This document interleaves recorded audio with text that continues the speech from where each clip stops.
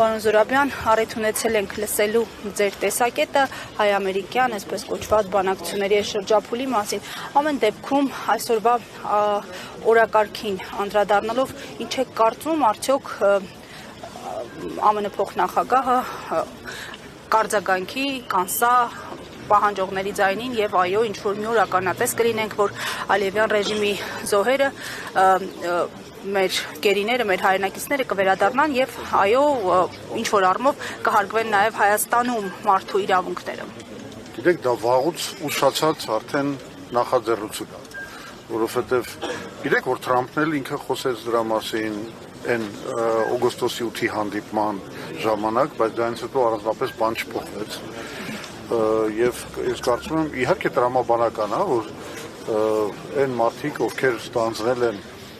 ինչ-որ իմաստով այս խաղաղության երաշխավորի դերը, նրանք պետք է նաև լուծեն այսպիսի հարցեր, որը իրականում մեր մեջ ասած շատ մեծ հարց է մեր համար, բայց շատ փոքր հարց է այս աշխարհաքաղաքական, այս մեծ խնդրի մեջ ներգրաված ուժերի համար։ Եվ անգամ կարելի է զարմանալ նրան, որ մինչև հիմա այդ հարցը լուծված չի։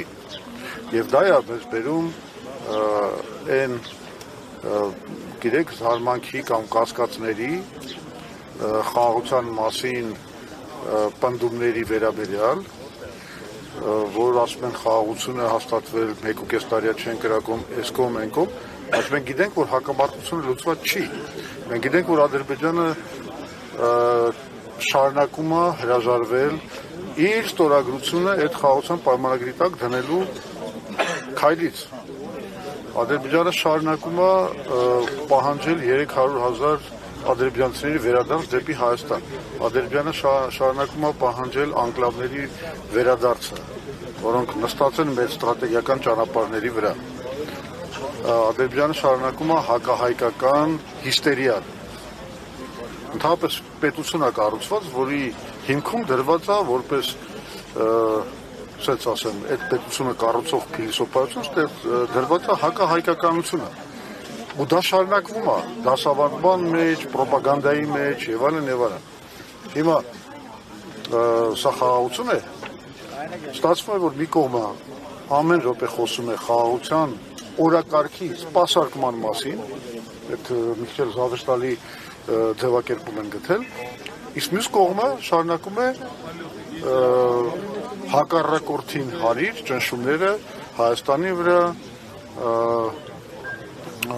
նաև մեր ներքաղաքական կյանքի վրա, եթե մենք խոսենք պահանջի մասին, որ իրանք պահանջում են սահմանադրական փոփոխություններ անել Հայաստանում։ Իրենք պահանջում են, չենք նայում, Արդարադատության նախարարը վերահաստատեց վերջին Աբդուլիսուն Գալյանը, որ ամենևին իրենց պահանջով չի եւ վաղուց էին մտադրված փոխել, բարեփոխել։ Այդ դեպքում թող բարի լինեն իշխանությունները բացատրեն, թե ինչի են փոխում սահմանությունը։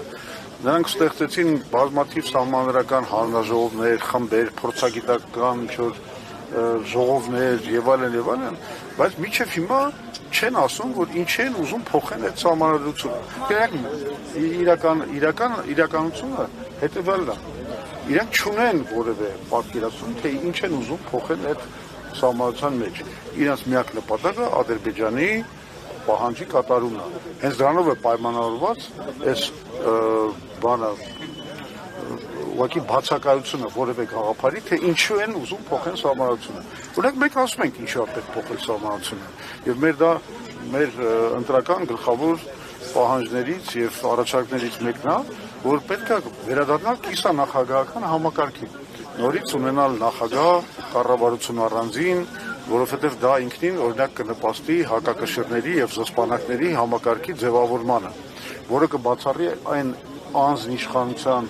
իրավիճակը, կարելի ասել ավտորիտարիզմի իրավիճակը, որ այսօր հաստատվել է Հայաստանում։ Այսօր ամեն ինչ որոշում է Նիկոլ Փաշինյանը, ամեն ինչ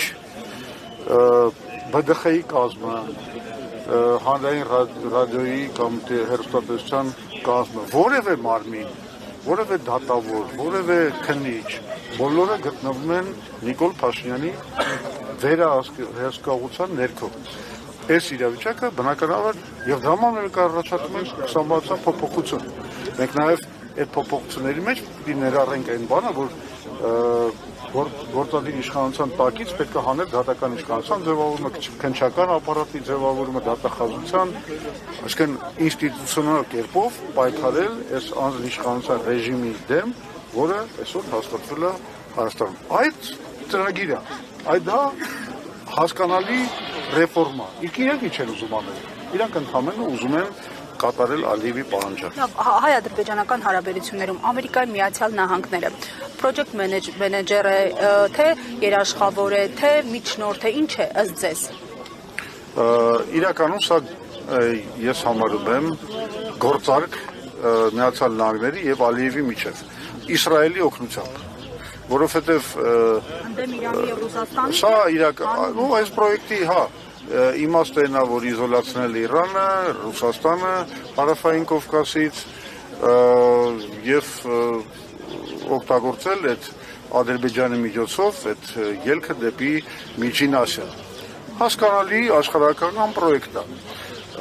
Ձեզ մի բան էլ ասեմ, մենք շատ լավ գիտակցում ենք նաեւ հետեւյալ բանը, որ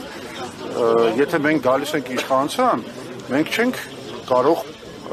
մերժել սա, որովհետև ինչքան էլ վատ բան սա լինի, բայց որևէ նորմալ քաղաքական ուժ գալով իշխանության չի կարող հրաժարվել միջազգայինորեն ստանձնված պարտականություններ, դե ինչ որ բաներ մենք արդեն ստորագրել ենք, արդեն ոչ, այդտեղ գալիս է ամենակարևոր առաջարկը, որ մենք անում ենք, մենք համարում ենք, որ սա աշխարհակահական առումով բալանսավորված փաստաթուղթ չի եւ ամենակարևորը, սա չի ապահովում Հայաստանի բանը ազատվելը Ադրբեջանի կախվածությունից։ Եվ մենք առաջարկում ենք ստեղծել միջազգային կոնսորցիում BRICS երկրների մասնակցությամբ, եթե ցանկանան նաև ամերիկացիների եւ Թուրքիայի եւ Ադրբեջանի եւ Եվրոպական միության մասնակցությամբ, որը թույլ կտա կառուցել Հայաստանը Իրանին կապող երկաթուղի, որովհետեւ եթե մենք ստանում ենք ելք դեպի հնդկական օվկիանոսի նավահանգիստներ, դա արդեն մեզ ազատում է միակողմանի կախվածությունից Ադրբեջանից։ Հիմա, եթե մենակ թրիպը իրականացվի, ոնց որ ինքը դրված է բանի վրա, սեղանի վրա, դա բերելու է նրան, որ մեր բոլոր ստրատեգիական կոմունիկացիաները անցնելու են կամ Ադրբեջանով կամ Թուրքիա, այսինքն մենք լինենք կախված նրանցից։ Ադրբեջանը մեզնից կախված չի լինել, որտեղ ինքը ունենալու է մեղրիով անխոչնդոտ հատուկ հաղորդակցման կարգավիճակ։ Այսինքն սա միակողմանիորեն ծառայում է Ադրբեջանի շահերին, ուստեղ խնդիրը հետևյալն է, լավ, մենք հասկանում ենք, կարող ենք ընդունել, որ Ադրբեջանը թող մեր տարածքի միջոցով միանա Նախիջևանի հետ, բայց մենք ուզում ենք երկաթուղային կապ ունենալ, որը մեզ կմիացնի մեր տարածքով Իրանի հետ։ Այսինքն պետք է բոլորի շահերը հաշվի առնվել։ Եվ բացի դրանից նաև աշխարհակահական շահեր կան։ Այդտեղ այս պրոյեկտով ոտնահարվում են Հնդկաստանի, Չինաստանի, Իրանի, Ռուսաստանի շահերը, եւ դա ստեղծում է լարվածություն ռեգիոնում։ Դա պրոքսի պատերազմների վտանգ է ստեղծում ռեգիոնում։ Այս բալանսը պետք է վերականգնվի, պետք է գտնել լուծում, որը ներդաշնակի աշխարհակահական խաղացողների շահերը եւ միևնույն ժամանակ մեր ինքնիշխանությունը մենք ծառայեցնենք նրան, որ Հայաստանը ունենա իր շահերի սպասարկումը։ Պատկերացնում եք, այդ երկաթուղին կառուցվի, դա կլինի նաեւ տրանզիտային ուղի Սև ծովի եւ Պարսից ծոցի միջեւ, որից մենք մեծապես կօգտվենք։ Եվ ի վերջո Հայաստանը կդառնա կապակցված երկիր։ Մենք այսօր մեղրից երկաթուղային կապ Հայաստանի տարածքով դեպի Երևան չունենք, եւ դա լոգիստիկ խնդիրներ է ստեղծում, դա անվտանգության խնդիրներ է ստեղծում, որտեղ կտրված է Սյունիքը բանից Հայաստանից։ Այսինքն մենք բազմաթիվ խնդիրներ ենք լուծում, եթե կարողանում ենք օգտագործել մեր ինքնիշխանությունը, ու սա շատ կարևոր հարց է։ Այդ փաստաթղթում, որ ստորագրել են հունվարի 14-ին,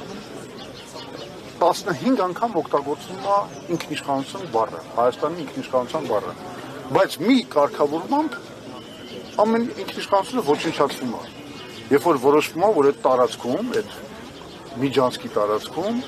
միայն թրիփը իրավունք կունենա, բացառիկ իրավունք կունենա կառուցելու, չգիտեմ, ինչ-որ բան պլանավորելու եւ այլն եւ այլն։ Այս հարցերը պետք է լուծել։ Մենք չենք կարող այսպեսի թերի խաղաղության պլանի մեջ մտնել։ Իսկ հարցերը ինչպես են Բանակցություններով նախ պետք է ստեղծել առաջին քայլից մեր լինելու է, երբ որ մենք գանք իշխանության, լինելու է միջազգային կոնսորցիումի ստեղծում։ Մենք պետք է բանակցենք շատ կարևոր խաղացողների հետ, Ռուսաստանի, Չինաստանի, Հնդկաստանի, Իրանի հետ այդ կոնսորցիումի ստեղծման մասին։ Նորից եմ ասում, նաև հրավիրելով, եթե ցանկանում են արևմուտքի ներկայացուցիչները, Թուրքիան, Ադրբեջանը նույնպես կարող են մասնակցել, եթե ցանկանում են։ Այո։